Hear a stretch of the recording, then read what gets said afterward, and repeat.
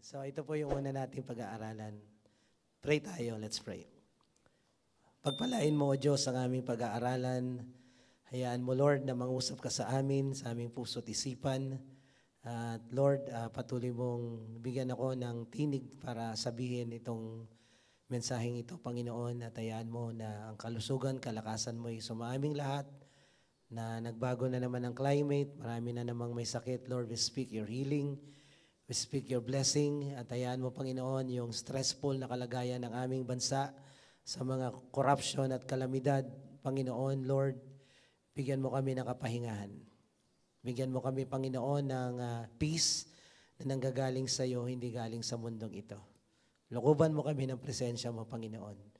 At hayaan mo na ang lugar na to ay maging safe para sa amin. Thank you, Lord. We give you praise in Jesus' name. Amen. Amen. So, put God first or seek first the kingdom of God. Saan galing tong itong praise na to? Matthew 6:33. So, alam natin yan. Basic. Ayan, basic yan. So, memorize natin. Sabi dito, ESV version, basa.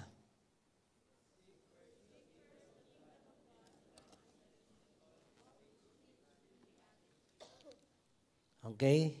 Seek first the kingdom of God and His righteousness. All these things shall be added unto you. Pag sinabing all these things, ano yun? Mamaya, babasahin natin yung buong context. Pag binasa natin yung buong context, lahat ng mga basic necessities, bahay, lupa, damit, pagkain, tubig na inumin, lahat yan, ibibigay sa iyo pag inuna mong hanapin ang paghahari ng Diyos. Sa NLT version, basa po.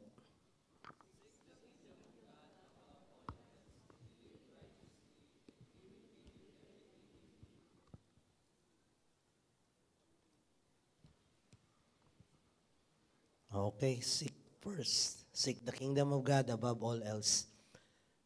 And live righteously. He will give you everything you need. Dito, all these things will be added. Dito naman, He will give you everything. Pag sinabing everything, wala ka nang hahanapin pa. Sa original na Bible, sa Greek, yung word na seek ay siteo. Ang ibig sabihin ng siteo, desire, endeavor, inquire, require, seek after, or seek for. Kaya sa Tagalog, ang nakasulat ganito, Mabuting Balita, Biblia. Subalit, higit sa lahat, pagsikapan. Sa iba, sumakitan, pagsikapan, pilitin. Yung word na seek ay pilitin, pagsikapan, desire. I-require mo yung sarili mo na gawin ito. Unahin mo. Gawin mong priority ito above all else. At yung word na kingdom, kingdom of God, or ang Greek nito, Basileia. Parang yung basilica, di ba? A realm, a kingdom, rule and reign. So pag sinabing seek first the kingdom of God, ang kadalasang sinasabi natin, unahin mo si Lord, magsimba ka ng linggo. Okay? Kung titingnan mo, hindi naman yun talaga ang sinasabi dito. Pero related doon. Related siya doon. At ang sabi dito, okay, sabi dito sa Tagalog, higit sa lahat, pagsikapan nyo na kayo'y pagharian ng Diyos at mamuhay ng ayon sa Kanyang kalooban at ibibigay niya sa inyo ang lahat ng inyong pangangailangan. Sino dito? Nasa Kanya na lahat ng Kanyang pangangailangan. Wala na siyang problema sa pambayad ng renta, upa, kuryente, tubig. Taas sa kamay, wala nang problema ng ganun. Lahat may problema pa rin. Anyari? Sinong may babayaran this week? Nagpe-pray pa ng pambayad. Ayan, ang dami nila, oh. So, makinig kayo, ha. Makinig kayo. Mukhang may problema tayo rito.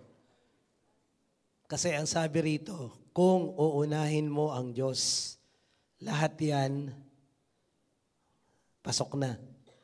Lahat yan, ayos na. Lahat yan, meron ng tugon. So kung walang tugon lahat, may problema tayo dito. Kaya ako ituturo ito, saliksikin natin yung sarili natin. Ako ba talaga ay inuuna si Lord? Sa mga ginagawa ko ba, inuuna ko ba si Lord? Dahil kung hindi, wala kang karapatan na mag-angkin na all these things shall be added unto you. Dahil bawat pangako ng Diyos may requirements. Okay? Hindi mo pwedeng, ay matik na yan eh. Hindi po. Sa iyo yan. Pero kunyari, itong bayabas na to, huwan tamad, sa iyo yan. Pero kunin mo. Kung hindi mo kukunin, titirain ng mga ibon yan. So may requirements. So usually, ang sinasabi natin ganito, pag sinabing seek first the kingdom of God, God is our top priority. Kung ikaw believer lang, bago kang Kristiyano, required kang mag-Sunday service. Okay? Required ka na umattend ng Bible study. Ito yung common na sinasabi natin.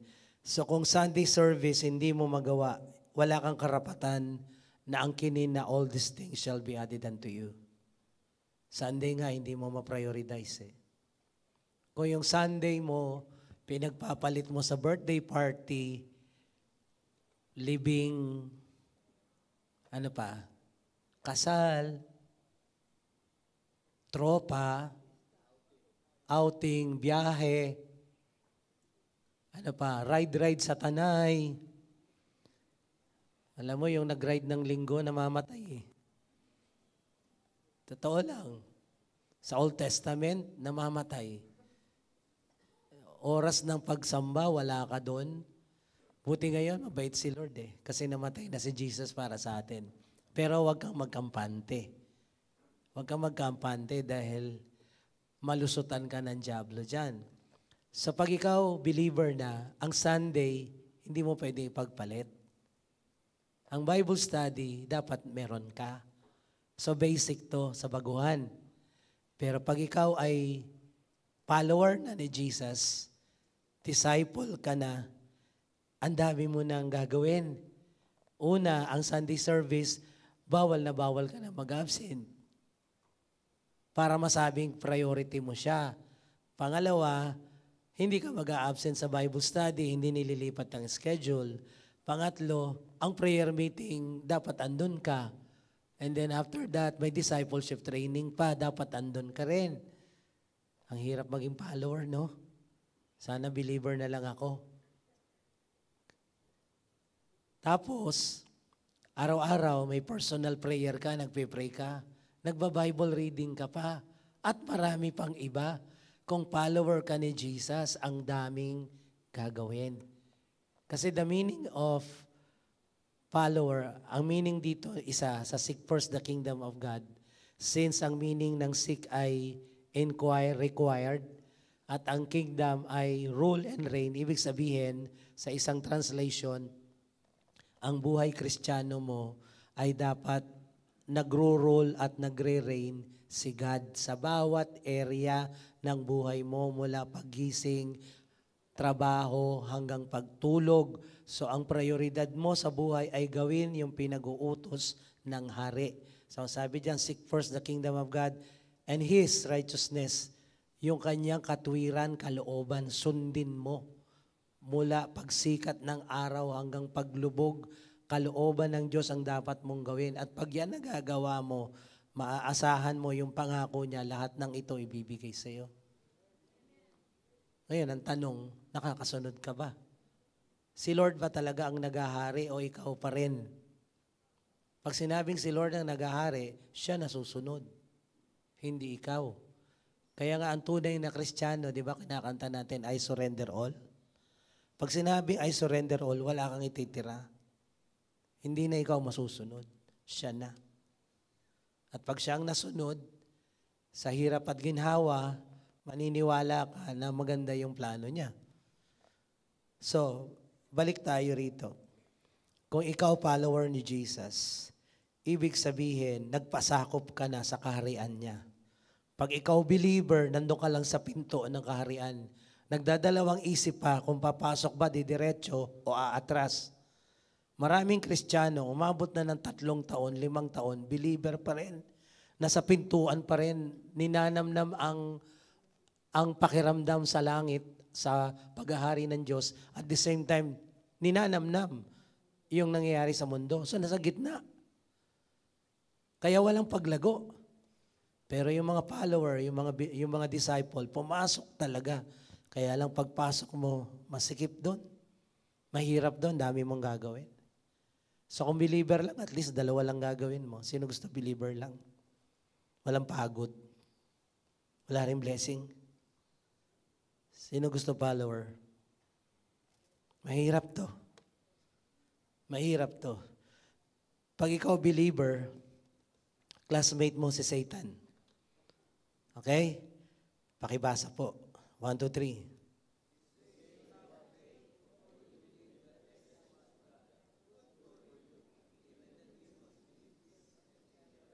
See? You believe, believer ka, believer ako ni Jesus. Eh, good for you. Si Satan, believer din. So, classmate kayo. Si Satan, naniniwala sa Bible. Nagbabasa ng Bible. Kabisado niya yan. Pero hindi niya yan sinusunod. So, anong kaibahan mo sa kanya kung believer ka rin? Namamangha ako, minsan nakapost sa Facebook. Alam ko, pasaway sa church niya. O yung iba galing dito pasaway sa church.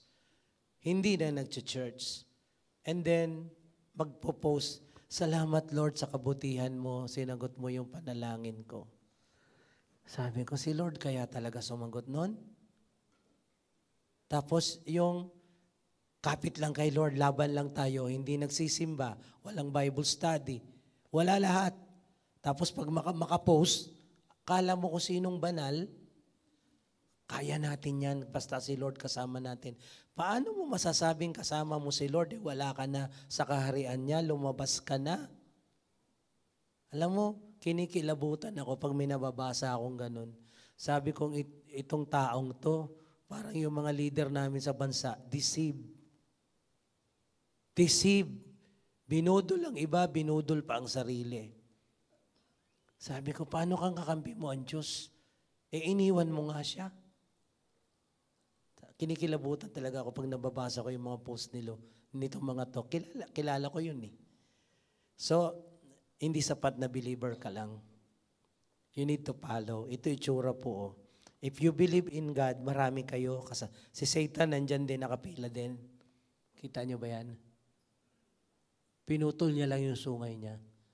Pero tutubo din yan. Matubo din yan. Pero doon sa kabila, yung follower, yung nag-o-obey, iilan lang. Kukunti lang ang pumupunta dyan. Kaya bakit maraming blessing doon sa top? Bakit pag ang tao binless, ang dami niyang blessing? Kasi kukunti lang ang nabibless dahil kukunti lang ang sumusunod.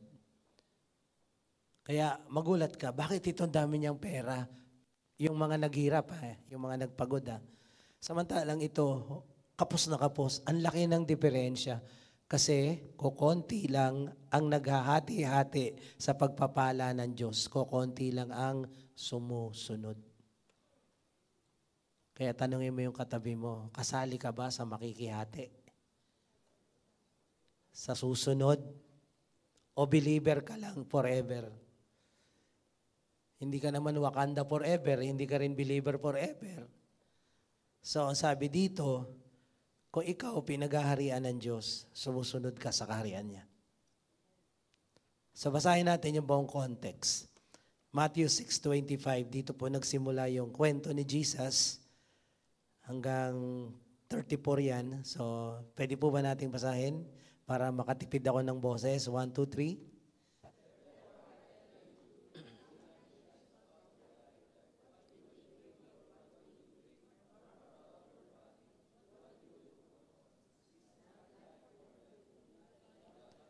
Okay, stop tayo dyan. Bakit kayo nagtatrabaho? Bakit? Para saan? Di ba, chicha? Di ba, kailangan natin may makain. May kailangan tayong pambili ng damit. gamit at kung ano-ano pa. Okay, verse 26.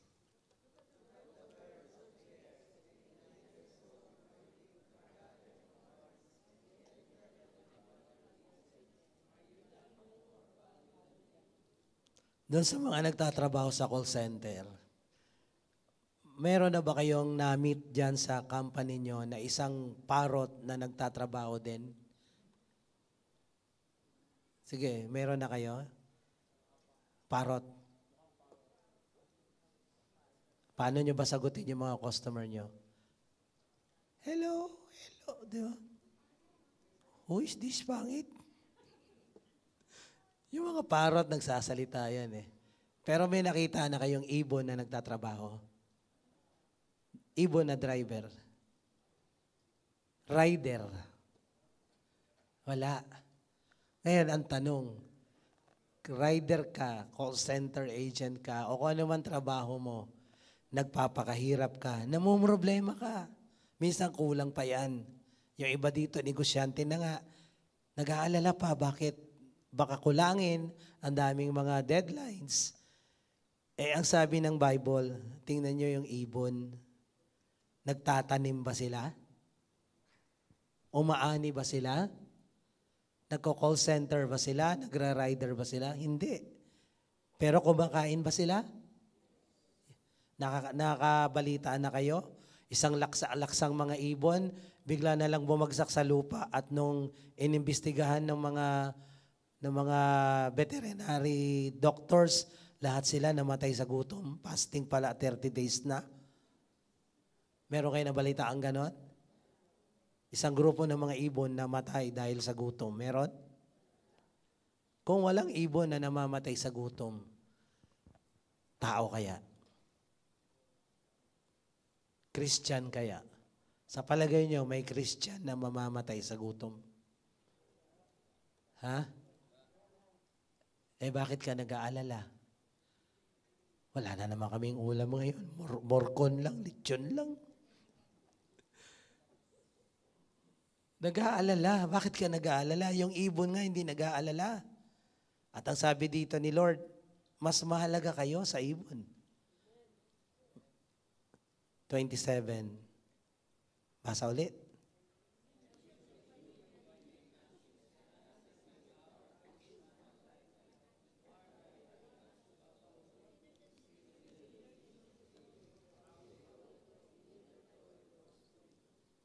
Sino sa inyo, sa pag-aalala niya, hahaba ang buhay niya na isang oras? Hahaba? O nakakabawas ang pag-aalala? Alam niyo, kada alala mo, nababawasan na isang oras yung buhay mo. At alam niyo, tuwing tatanda ka, nababawasan ang oras mo. Pati yung buong sistema mo, physical, emotional, yung hormonal, tumatanda ka tuwing nag-aalala ka. Kasi, ibig sabihin, tumatanda itsura mo, ibig sabihin, palapit ka ng palapit, mamatay. Tingnan mo yung katabi mo. Nag-iibaan nyo, pumapangit. Pag nag-aalala. Kasi, pag tumatanda ka daw, pumapangit. Kaya yung hindi pumapangit, edad lang ang tumanda, sila hindi. Tingnan yung katabi nyo ulit. Siya nawa. So, ang sabi rito, huwag kang mag-alala dahil hindi naman nakakadagdag ng buhay yan. At bakit kayo mag-aalala sa isusuot nyo? Tingnan nyo yung mga lilies. How they grow, yung mga bulaklak. Ang sabi dito, I tell you, even Solomon in all his glory was not arrayed like one of this. So far, sa pinakamayaman at pinakamatalinong na buhay sa Bible, hindi ko alam kung pati ngayon, si Solomon ang pinakamayaman at pinakamatalino. Pero ang sabi ni Jesus, hindi nga siya nakapagdamit ng ganun kaganda na damit ng mga halaman na yan. Sa mga mahilig sa halaman, marami pong klaseng halaman kang makikita na iba't iba ang itsura, may kakaiba. At so far, nung pumunta kami ng Israel, kakaiba yung mga halaman nila talaga dun. Yung mga bulaklak nila. Pumutol nga ako na isa, hoping baka mabuhay. Nabuhay saglit pero namatay agad. Ang ganda. Then pag pumunta ka ng Hokkaido sa Japan, kita niyo naman yung picture namin doon. Grabe yung nila, plantation ng mga bulaklak. So, si Solomon hindi nakasuot ng ganon. Ngayon, pumunta kami ng Hokkaido, summer, July, August. Pagdating ng September, patay na lahat yun. Malalanta na lahat yun. Susunugin na lahat yun, tapos magkakayelo na yun. So ang sabi ng Bible, kung itong mga halaman na to, buhay ngayon, maya-maya, tuyo na yan, susunugin na yan, o natabunan na ng yelo, kung dinadamitan yan ng Diyos sa loob lamang ng, let's say, 1 month, kasi ang cherry blossom, umaabot lang ng 1 week. Pag hindi mo na tsempohan, wala na. So 1 week lang yon, yung buong cherry blossom. So itong sa Purano, do sa Hokkaido, siguro 1 month, medyo matagal. Kasi yun mga bulaklak talaga. So kung 1 month dinadamitan ng maganda, tas mawawala lang, pinagpihirapan ng Diyos, ikaw pa kaya na ang tagal-tagal mo nang nabubuhay sa mundo? Ilang taong ka na? Tanang mo yung katabi mo, ilang taong ka na? O ilang taong ka nang may damit? Di ba? Kung kaya ni Lord gawin yan sa halaman, lalo sa'yo. Lalo sa'yo. Kaya sabi dito, bakit ka nag-aalala? Verse 30. 1, 2, 3, basa.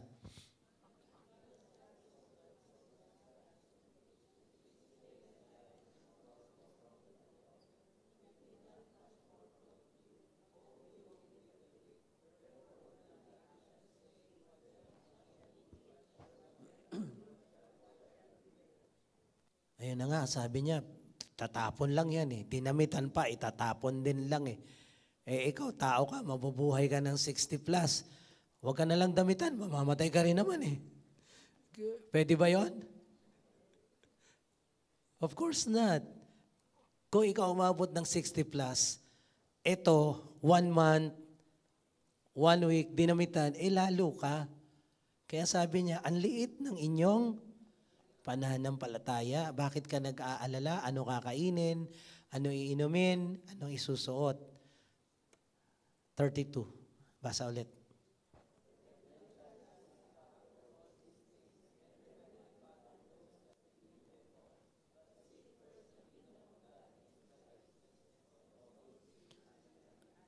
Okay, stop tayo. The Gentiles seek after these things. Yung mga taong walang paniniwala sa Diyos, mga hintil ang tawag, walang koneksyon, walang relasyon sa Diyos, ganyan sila mag-isip. Ano na naman kakainin natin bukas? Yung iba nga kakakain lang, ano kakainin natin mamaya? Di pa nga bumaba, nandito pa yung pagkain, Anong lulutuin natin mamaya? Teka lang, hindi pa nga nalunok.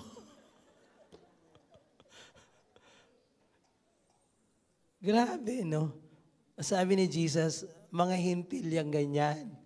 Inaalala lagi yung kasunod. Alam ng Diyos kung anong kailangan natin. Amen? Yung tatay natin sa langit, alam niya from beginning to end. Alam niya kung kailan tayo mamamatay, kung ano mangyayari sa buhay natin. Hindi siya shock. Hindi siya nasusurpresa. Planado niya yan, alam niya yan. Alam niya na may mga factors sa buhay natin, nagkakasakit tayo dahil may mga viruses and bacteria. Alam ni Lord yan. Alam ni Lord na stress tayo, alam ni Lord may babayaran tayo. Alam ni Lord lahat yan. Hindi siya nasusurpresa. Ngayon, ang sabi dito, pag inuna mo ang Diyos, wala kang magiging hassle o problema sa mga bagay-bagay. Alam ng Diyos yan, pero kung uunahin mo siya, na pagharian ka niya at ang katwiran niya ay gawin mo yung kalooban niya, lahat ng yan ibibigay sa iyo. Hindi mo na kailangan problemahin. Teka lang, hindi ba kami magpaplano? Magpaplano, of course. Kaya nga yung season, yung life purpose natin, season supply, di ba, pinagpaplanuan, pero hindi pinoproblema. Kailangan magplano, hindi problemahin. Okay, basahin natin yung 34. Therefore,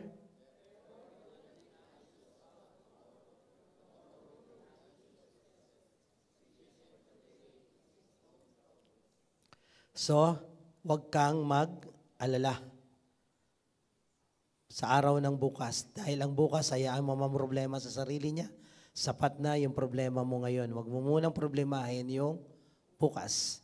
Paano na lang paglaki ng anak natin, paano natin siya papaaralin? Paano na lang, saan tayo ganyan, ganyan. Sa dami mong pinoproblema, lalo daw yung mga nanay, no? Karamihan daw ng nanay, ang problema nandoon sa malayo, kukuha ng telescope para lumapit. O yan, lapit na. Ang problema, gatuldok, kukuha ng microscope para lumaki. Pero ngayon, hindi lang nanay, pati tatay na ganun eh. Diba? So pinapalapit ang problemang malayo, pinapalaki yung problemang maliit. Yung word anxious dito, binanggit ni Jesus ilang ulit? Yung word na don't worry or don't be anxious, 6 na ulit. Sa Bible, pag binanggit yung salita ng 2 ulit, mahalaga yan. Pag binanggit yan ng 3, sobrang halaga yan. Pag sinabi, verily, verily, I say unto you, you must be born again, importante yon. And then inulit pa, again, sinasabi ko sa iyo, sabi ni Jesus kay Nicodemus, you must be born again. Pangatlo, pero dito, 6 na anxiety, na worry binanggit. Ibig sabihin, malaking issue ito, kaya binanggit ni Jesus ng 6 na ulit. Sa Greek, yung word na worry or anxious is merimnao. Ibig sabihin, hati ang utak mo. Hati sa kasalukuyan at sa mangyayari sa hinaharap. So pag ikaw hati ang utak mo, hindi ka makapokus, wala kang accomplishment na maganda. Alam niyo ba yung mga lions para daw maparalyze? Kumuha ka ng upuan kagaya nito, itutok mo sa kanya. Ang tingin niya 4 na paa na lalapit sa kanya at dadamba.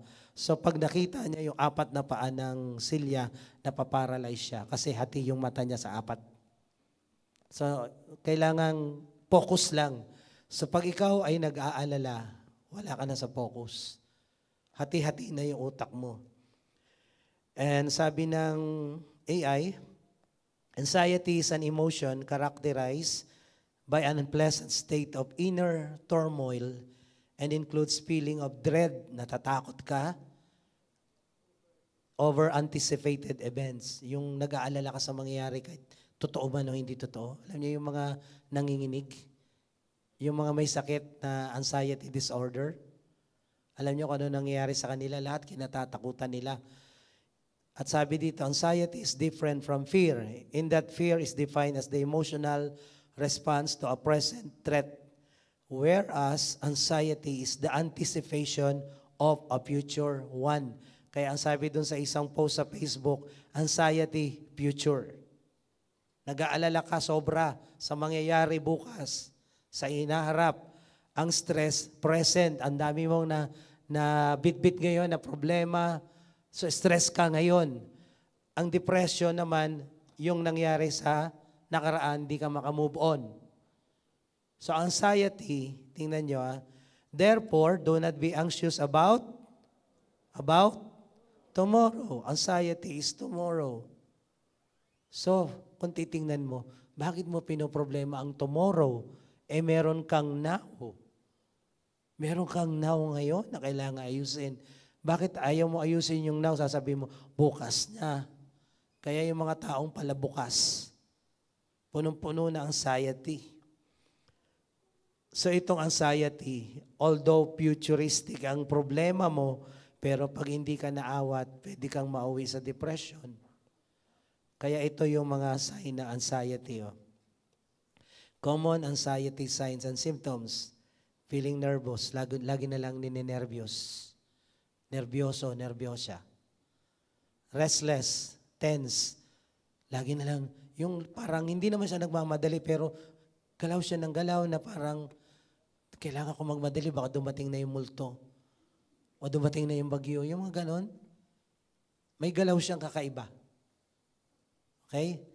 Having sense of impending danger, panic, or doom, lagi siyang nag-aalala may masamang mangyayari. Having an increased heart rate, yung heartbeat niya, sa stress, ganun din yan eh. Ang bilis ng tibok ng puso ng mga taong merong anxiety disorder. Breathing rapidly, hyperventilation, lalim ng hugot, lalim ng hinga, sweating and trembling, nanginginig, pinagpapawisan, feeling weak or tired, trouble concentrating or thinking about anything. Paano? Hati nga utak eh. Paano makakapokus yan? Other than the present worry. So hati utak niya, paano na pag wala tayong pambayad? Paano na hindi titigil sa pag-aaral yung anak ko? Paano na? Baka iwanan niya ako? Paano na? Paano na pag nagsara yung kumpanya namin? Wala na akong buhay. Ang dami niyang paano. Trouble concentrating and thinking. Having trouble sleeping. Siyempre, ang dami mong inaalala. Hindi ka na makatulog. Tuwing ihiga ka, didilat ka ng ganun at habang nadilat ka, naglalaro sa iyo ang mangyayari bukas para kang propeta. Dilat, mata mo. Di ba? Sino yung ganun? Huwag na magtaas ng kamay. Kung alam nyo na kayo to, makinig kayo ng gusto. Having an upset stomach, parang stress lang din. Yung stomach mo medyo, lahat naman to eh. Stress ka, depressed ka, ganito lagi yung ano niyan. Yung bituka mo nagse-shutdown. So nagkakaroon ka na upset stomach and other problems with digestion. Having difficulty controlling worry. Hindi mo na makontrol. Malalaan na to. Having the urge to avoid things that trigger anxiety. At ang escape mechanism mo is umiwas ng umiwas. Pero hindi ka makakaiwas dito. Dahil hindi ito external, internal to. Nasa iyo to. So, nung sinabi ni Jesus, huwag kang ganyan. Huwag kang mag-worry. Huwag kang magkaroon ng anxiety. 6 na ulit dahil pwede kang patayin nito. Nakakamatay ang worry.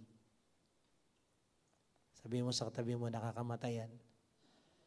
Nakaka-high blood yan. So, if you seek the kingdom of God, mawawala itong anxiety. Pag ikaw inuuna mo si Lord, pinaghaharian ka ni Lord, hindi ka magkakaroon ng ganito. Kaya ang solution dito, ang goal natin sa topic na to is, gusto mo ma-bless, unahin mo si Lord. Pero maliban doon, may bonus, hindi ka mai-stress, hindi ka magkakaroon ng anxiety. If you seek first the kingdom of God, ito ang mangyayari sa'yo. Bakit ka nagkakaroon ng anxiety, ng worry? Kasi wala kang faith. Di ba sabi kanina, oh you little faith, sabi ni Jesus. Pero pag ikaw inuuna mo ang Diyos, ang faith na sa'yo. Hindi ka kakapusin. At ito yung mangyayari sa'yo. You will know what is more important to you. Tinanong ni Jesus, ano bang mahalaga? Buhay o pagkain? Di ba? Binasa natin kanina. Anong mahalaga sa'yo?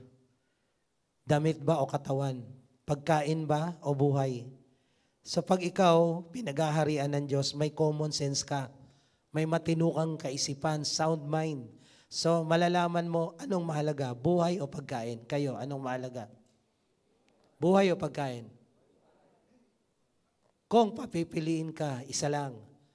Tatanggalin ang isa sa'yo. Ano ang iiwan mo? Pagkain? Sige, basta wag lang mawala pagkain, hindi baling mawala buhay ko. Nice, no? Brilliant. Gagawin niyo yan? Mawala na buhay ko. Wag lang pagkain. Paano mo makakain yan kung wala kang buhay? Ha? Pero kung nawala yung pagkain, may buhay ka. Sa palagay mo, makakakain ka pa ulit? Of course naman. Pwede ka naman maghanap ulit, magluto. So ang point ni Jesus, ano bang mahalaga, buhay o pagkain? So pag ikaw pinaghaharian ng Diyos, matino utak mo, okay lang, wala akong pagkain ngayon, pero may buhay pa naman ako, makakahanap pa rin ako. Okay? Wala kaming pera ngayon, pero makakapagtrabaho pa ako, buhay pa ako eh. Hindi yung, wala kaming pera, kawawa na kami, magbigti na lang tayo sa puno ng kamatis. Ang sinulid, i-ready na lahat. Ano ba yan? Walang common sense. Habang buhay ka, makakakain ka pa. Makakapagtrabaho ka pa. Pero kung may pagkain ka, wala kang buhay, mapapanis ang pagkain. Kakainin ng mga multo yung piko mo. Body or clothing, anong mahalaga? Katawan o damit, sabi ni Jesus. Anong mahalaga sa inyo? Katawan o damit? Anong mahalaga? Of course. Kung sasabihin mo, mahalaga damit, di bali walang katawan. Ano ka, ghost? Usong-uso talaga yung ghost na yan. So, ang katawan ay mas mahalaga sa damit. Kahit anong damit isuot mo, hanggat may katawan ka, may pag-asa ka. Makakabili ka pa rin ng magarang damit later on. Kahit gula-gulanit ang damit mo ngayon. Dahil ang buhay umiikot. Hindi laging nasa taas. Hindi laging nasa baba. So, ito ang point. Pag inuuna mo kaharian ng Diyos, tama ang utak mo. Yun yung point ni Jesus. Mag-isip ka ng tama. Anong mahalaga? Paa o sapatos? Bigyan kita ng marami sapatos, wala kang paa. Ha? Alam niyo yung parable? Once there was a man who has no shoes until he met a man who has no feet. Umiiyak siya, maraming proverbs siya, Persian proverbs at iba-iba pa. Umiiyak siya dahil wala siyang sapatos. Malungkot siya dahil wala siyang sapatos until may dumaan na lalaki, walang paa. Nung nakita niya na walang paa, nagising siya. Buti pa ako, may paa. Walang sapatos pero may paa. What's the point? Panay ka angal Ang dami mong angal kasi kinukumpara mo sarili mo kay Alcantara at kay Bryce. Kay Diskaya. Huwag mo ikumpara kay Diskaya. Ikumpara mo yung buhay mo sa mga nangyaring kalamidad sa Cebu. Diyan sa natutulog sa karsada. Kagabi, nabasa ko, natataranta daw ang DSWD sa mga natutulog sa karsada. Kung pwede raw, ilagay muna sila kung saan, sa mga simbahan o kung ano, para pag bumagyo at bumaha, ligtas sila. Kung kailan nandyan ang bagyo, tsaka nyo pag-iisipan yan. Sarap kutusan Dapat noon pa. So, kung isipin mo, ang ganda ng bahay nila, pag kinumpara mo yung sarili mo sa nasa taas, maiinggit ka. Ikumpara mo yung sarili mo sa nasa baba mo. Maaawa ka sa kanila. Kaya inisip ko, yan nga, ngayon lang nila naisip yung mga homeless. Paano kung bumaha uli dyan sa Marcos Highway kagaya ng Ondoy? Saan dadamputin yung mga yan? Magulat ka na lang, lumulutang na yung mga yan. Ngayon lang nila pinag-isipan. Lagi na lang reactive itong gobyernong ito. Pag may nangyari, tsaka na lang kikilos. Kung kumikilos nga, dapat proactive tayo. So wag kang mainggitin sa mga meron. Lagi mong isipin, salamat na lang may paa ako kahit wala akong sapatos. May katawan ako, may buhay ako kahit wala kaming masarap na pagkain. Di ba, Mami? Kaya yun, Matthew 6:25. I tell you, sabi dito, do not be anxious about your life, what you will eat, what you will drink, nor about your body, what you will put on. Is not life more than food? Anong mahalaga? Buhay o pagkain? Katawan o damit? So ang gusto ni Lord, intindihin mo anong mahalaga. Kaya kong ibigay yan, pero isipin mo muna ang maging mapagpasalamat. Ano ay importante sa iyo. Pangalawa, if you seek first the kingdom of God. Kanina, you will know what is important to you. Ngayon naman, you will know what is important to God. Kanina mahalaga sa iyo dapat yung katawan, hindi yung damit. Buhay, hindi pagkain. Sa Diyos naman, ano ang mahalaga? Ibon o ikaw? Ang tanong niya, kung yung mga ibon pinapakain ko, our Father in heaven feeds them. Sabi dito, ayan, look at the birds of the air. They neither sow nor reap, nor gather into barns, yet your ha, hindi their, yung tatay mo sa langit, pinapakain yung mga ibon na yan. Ikaw pa kaya na mas mahalaga sa kanya? So like example dito, may alaga akong mga African lovebirds, mga 7-8 yan. So pinapakain ko yan. May alaga akong pusa, mga 7 din, aso 7 din, at saka mga isda. So may budget yan, 2,000 every week yan. So may budget.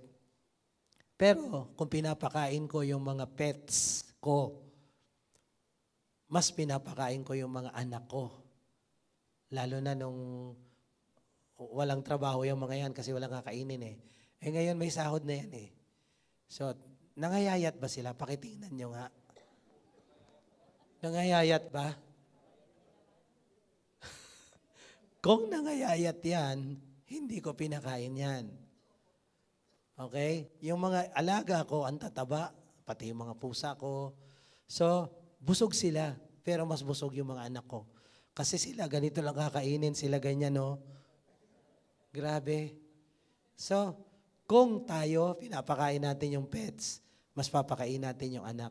Kung si God, pinapakain niya yung mga ibon, equivalent to pets, how much more yung anak?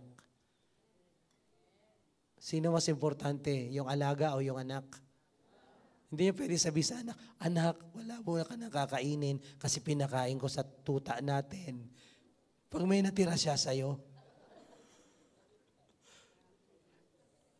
hindi pwede yung ganun. Ang Diyos natin, pinapakain yung mga ibon na pets ang equivalent. Ikaw hindi pet, anak. Mas pinakakain ng Diyos ang anak kaysa sa pet. Kaya sabi mo sa katabi mo, huwag kang mag-alalang magutuman. At tingnan mo, bewang mo, ha?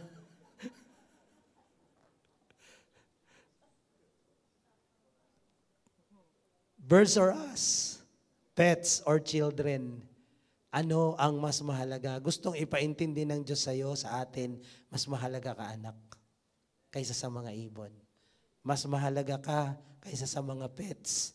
Mas mahalaga ka kaysa sa mga damo. Dinamitan ko yan, after 1 week, susunugin na yan. Dinamitan ko yan.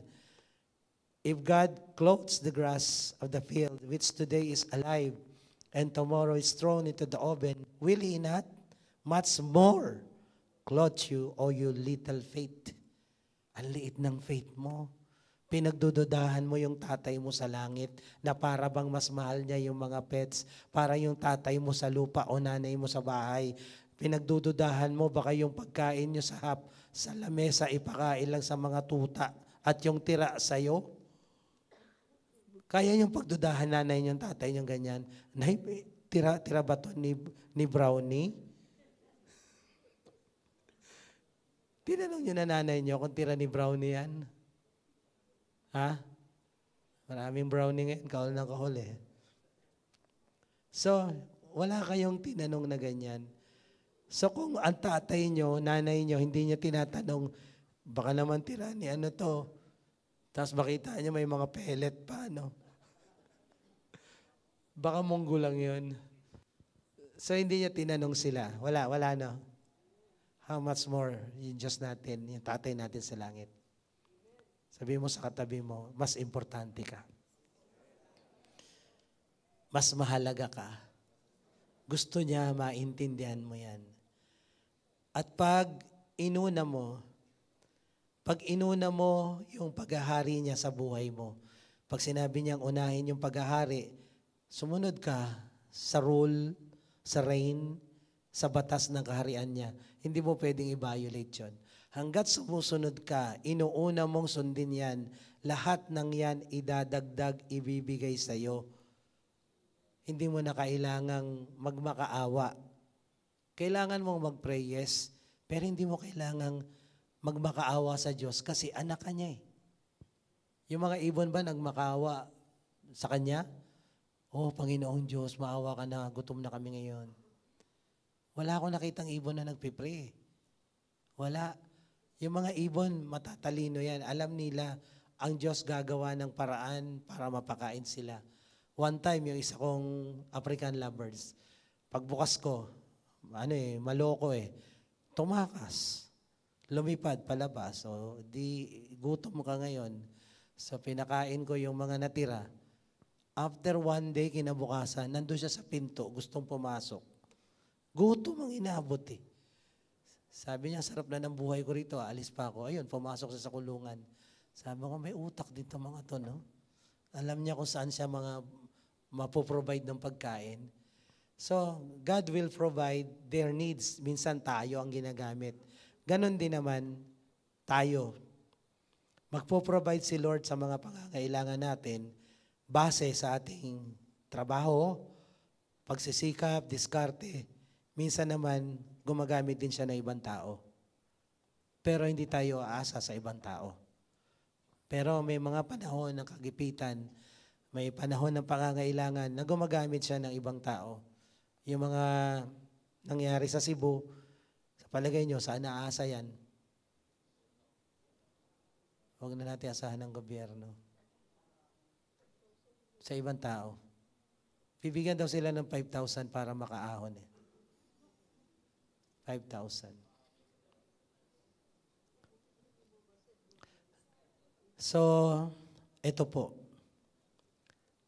Ang pag-asa mo bilang Kristiyano, nasa Diyos. Okay? Nasa Diyos. Pangalawa lang sa sarili mo. Huwag kang umasa kung kanin-kanino. Sa Diyos ka umasa, gawin mo yung tama. Magpasakop ka sa kaharian niya, sundin mo yung kalooban niya, yung rule and reign ni Lord, gawin mo yan. At lahat ng ito, lahat ng kailangan mo, lahat ng problema mo, may sagot. At ang sabi doon sa 24, last verse, therefore, conclusion. Pag sinabing therefore, conclusion yon. Kaya nga, huwag kang mag-alala. Huwag kang mabahala. Don't be anxious about tomorrow. Dahil ang anxiety, pag-aalala sa bukas. For tomorrow will be anxious for itself. Hayaan mong mamroblema yung bukas sa sarili niya. Sapat na yung ngayon na problemahin mo. Kaya sabihin mo sa katabi mo, huwag mong problemahin ang bukas. Tutukan mo yung ngayon. Alam ni Lord kung anong problema mo. Alam ni Lord kung anong kailangan mo. Alam ni Lord paano ipoprovide yan. Unahin mo siya. Amen? Sabihin mo sa katabi mo, unahin mo siya. Huwag mo siyang ihuli. Priority si Lord. Tayo. Thank you, Lord. Nakaraos. So may mga first-timer po ba tayo dyan? Na talagang matindihan kahit may bagyo, dumalo. Taas nga po kamay kung meron. First-timer, meron po. Taas ang kamay. Wagayway. Meron wala. Pag meron po, punta po kayo dito. Ipag-pray ko po kayo, tapos na tayo. Sige po, kung meron. Samahan lang ng mga nag-invite o ng mga ushers. Sige po, punta po kayo dito. Meron po ba? Ayan. Sige, punta po kayo dito. Ayan, welcome po kayo sa Juia. Juia po ay Jesus Our Hope. International Assemblies. Kami po ay isang grupo ng mga Kristiyano na naniniwala sa Bible lang at kay Jesus lang. So kanina, yung ating pinag-aaralan is yung paano natin marireceive yung blessing ni God na walang sorrow. So nag-start tayo ngayon, series po kasi ito about unahin natin ang Diyos. At kung mapapansin nyo dito sa mga passages na binasa natin, kung pinapakain ng Diyos ang mga ibon, how much more kayo? At ang sabi niya dito, if our Heavenly Father feeds the bird at alam ng tatay natin sa langit. Yung word na Heavenly Father, isa yon sa susi kung paano matanggap natin yung blessing. Kung Heavenly Father ang tawag sa Kanya, tatay siya, dapat tayo anak niya. Merong tinuro sa atin, Ama namin, sumasalangit ka, sambahin ang ngalan mo. So yung word, yung salita na yon, yung prayer na yon, ay para lang yun sa mga anak ng Diyos. At ang sabi ng Bible, hindi lahat ng tao anak ng Diyos. Lahat ng tao mahal ng Diyos. Pero hindi lahat ng tao anak ng Diyos. Sabi ng John 1:12, ang sino mang tumanggap kay Jesus, nagiging anak ng Diyos. Sabi ng John 3:16, gayon na lamang ang pag-ibig ng Diyos sa sanlibutan, ibinigay niya si Jesus. Pag tinanggap natin si Jesus, nakaisa-isang anak ng Diyos, tayo magiging anak din ng Diyos. At yung mga pangako dito na pinapakain nga ng Diyos yung mga ibon kayo pa na mga anak, pwede nating angkinin ngayon. Okay? So sa ating mga guest, welcome po kayo dito. So magpipray po tayo if you want to become children of God at maklaim natin yung mga pangako dito, tanggapin natin si Jesus. Okay? So lahat tayong nandirito, yumuko at pumikit. And as we bow our head and close our eyes, taas lang natin yung isang kamay natin sa Diyos. Simbolo na tinatanggap natin siya sa puso natin. And as we bow our head and close our eyes, sumunod kayo sa panalangin ito.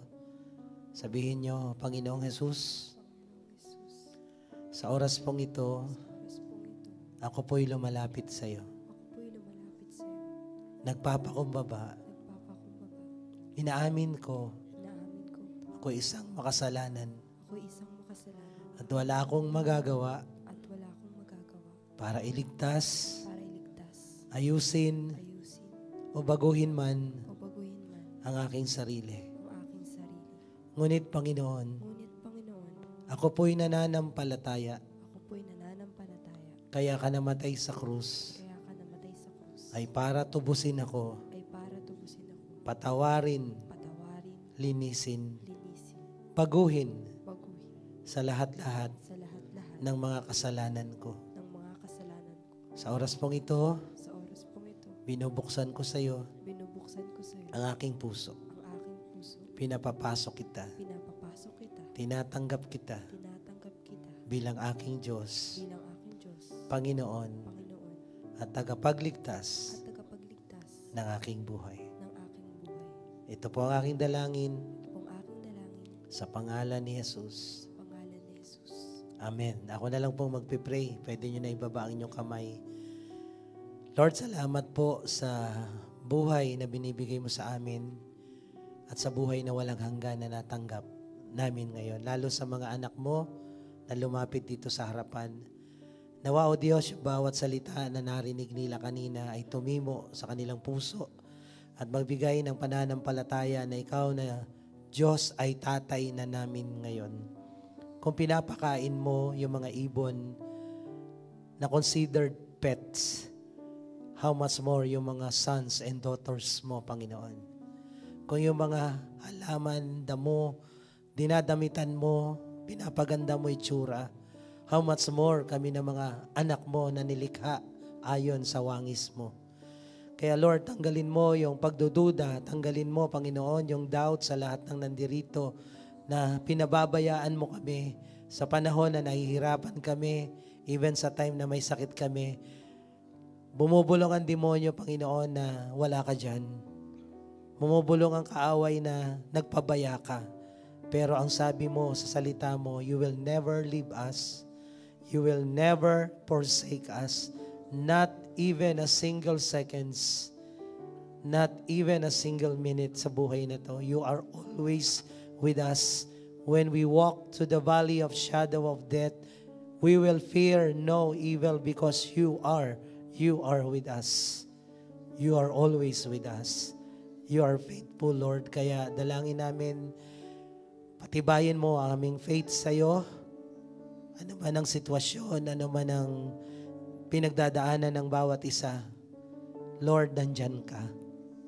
Nandyan ka. You will go through us. You will go with us through the fire, through the flame, through the flood. Lalo na ngayong bagyong ito, ingatan mo ang bawat mga anak mo na nandirito. Ilayo mo kami sa sakuna, ilayo mo sa kapahamakan, your full protection, Panginoon, maranasan namin sa panahon na ito. At hayaan mo yung Psalm 91, He that dwelleth in the secret place of the Most High shall abide under the shadow of the Almighty. Even there are people who will fall sa aming kanan at kaliwa, but it will not come nigh to us. this tragedy, this calamity will not come to your people. In Jesus' name, in Jesus' name. And Lord, after all these things, your people will be the light, will be the help sa mga tao na nakapaligid sa amin na nangangailangan ng tulong. Bless us, Lord, so we can be a blessing. Salamat, Panginoon. Ingatan mong bawat isa sa pag-uwi. Makarating lahat ng ligtas at pinagpala mo sa kanilang mga tahanan. Thank you, Lord. We give you praise. We give you all the glory and honor. In Jesus' name we pray. Amen and amen. God bless you.